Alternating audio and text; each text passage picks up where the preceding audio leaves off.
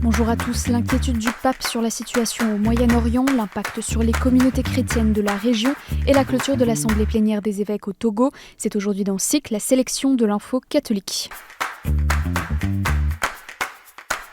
Alors que le Moyen-Orient s'embrase depuis ce week-end, le pape Léon XIV a exprimé sa grande préoccupation à l'issue de l'Angélus ce dimanche, assurant suivre avec une profonde inquiétude ce qui se passe actuellement au Moyen-Orient et en Iran en ces heures dramatiques et appelant au dialogue et à la diplomatie. Dinanzi alla possibilità di una tragedia di proporzioni enormi, rivolgo alle parti coinvolte l'accorato appello ad assumere la responsabilità morale di fermare la spirale della violenza prima che diventi una voragine irréparabile. La veille, les États-Unis et Israël ont bombardé des infrastructures militaires et politiques iraniennes, tuant notamment le guide suprême Ali Khamenei et plusieurs cadres du régime. Téhéran a riposté par des tirs de missiles contre Israël ainsi que des bases américaines et des infrastructures civiles dans plusieurs pays du Golfe. Alors que les églises de nombreux pays de la péninsule arabique sont fermées et que la situation sécuritaire reste très incertaine, le vicaire apostolique d'Arabie du Nord, Monseigneur Aldo Berardi, a lancé cet appel depuis le Bahreïn. En ce temps d'incertitude, j'invite tous les fidèles à rester calmes, unis dans la prière et attentifs à la sécurité de tous. En parallèle, Monseigneur Paolo Martinelli, depuis le vicariat apostolique d'Arabie du Sud à Abu Dhabi, a invité à suivre les instructions données par les autorités civiles. Depuis le début de l'affrontement entre l'Iran, les États-Unis et Israël, plusieurs pays touchés par les missiles ont déclenché des alertes, conduisant notamment les communautés chrétiennes locales à Jérusalem, au Liban et dans d'autres pays du Golfe à s'abriter. Si aucun changement pastoral n'est décidé pour le moment, Monseigneur Berardi a encouragé à prendre soin en particulier des personnes âgées, des malades et des plus vulnérables. Monseigneur Martinelli a de son côté invité à prier durant la messe dominicale pour la paix et la sécurité de tous les habitants de la région.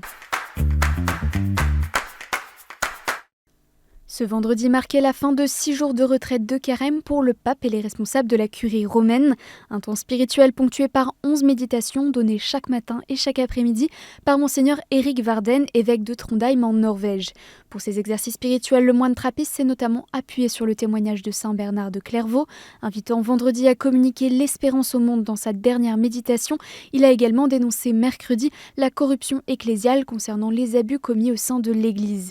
Après ce temps de silence et de retrait de toutes ses activités publiques, Léon XIV a repris ses audiences officielles. Pour se préparer à Pâques, des prédications sont également proposées par le père Roberto Pasolini Capucin chaque vendredi de carême à 9h depuis Rome et diffusées sur KTO.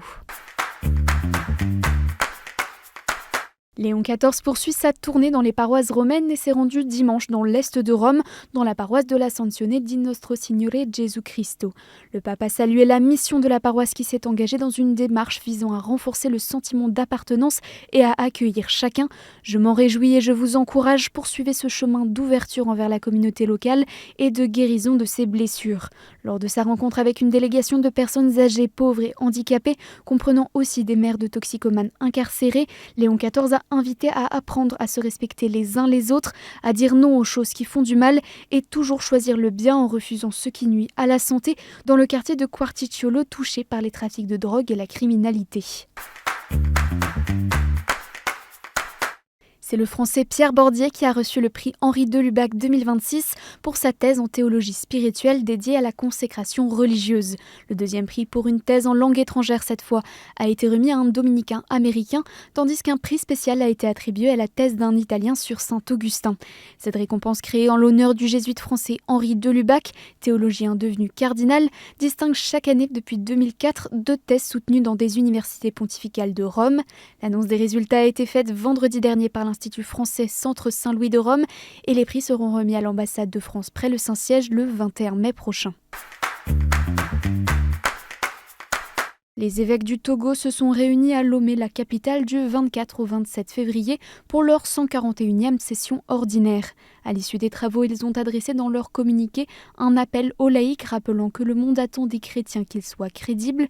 Face aux réalités sociales et économiques du pays, les évêques demandent aux laïcs de transformer le monde de l'intérieur en y inscrivant les valeurs de l'Évangile et de voir en la doctrine sociale de l'Église un guide sûr pour orienter leurs actions. Concrètement, l'épiscopat encourage les fidèles à s'engager activement et honnêtement dans la vie civique et politique en refusant la fraude, la violence, le tribalisme et toute forme d'injustice. Et en bref, en Martinique, Patrick Fanorlange, un ancien prêtre du diocèse de Fort-de-France, a été condamné vendredi par la cour criminelle de Fort-de-France à 12 ans de réclusion criminelle pour viol aggravé, des faits commis en 2019 sur un adolescent de 16 ans qui l'accompagnait spirituellement alors que le prêtre était âgé de 51 ans. Dans le Var, la communauté des frères dominicains du sanctuaire provençal de la Sainte-Baume a inauguré et béni samedi matin le nouveau chemin de croix de la grotte de Sainte-Marie-Madeleine. Et on termine avec cette bonne nouvelle, la chaîne YouTube de KTO a franchi ce week-end le cap symbolique du million d'abonnés. Active depuis 2009 sur la plateforme, la chaîne y cumule près de 5 millions de vues par mois, avec plus de 50 000 vidéos publiées et surtout une durée moyenne de visionnage de nos contenus à 12 minutes 44, très au-dessus de la moyenne sur YouTube. Merci d'être toujours plus nombreux à suivre KTO.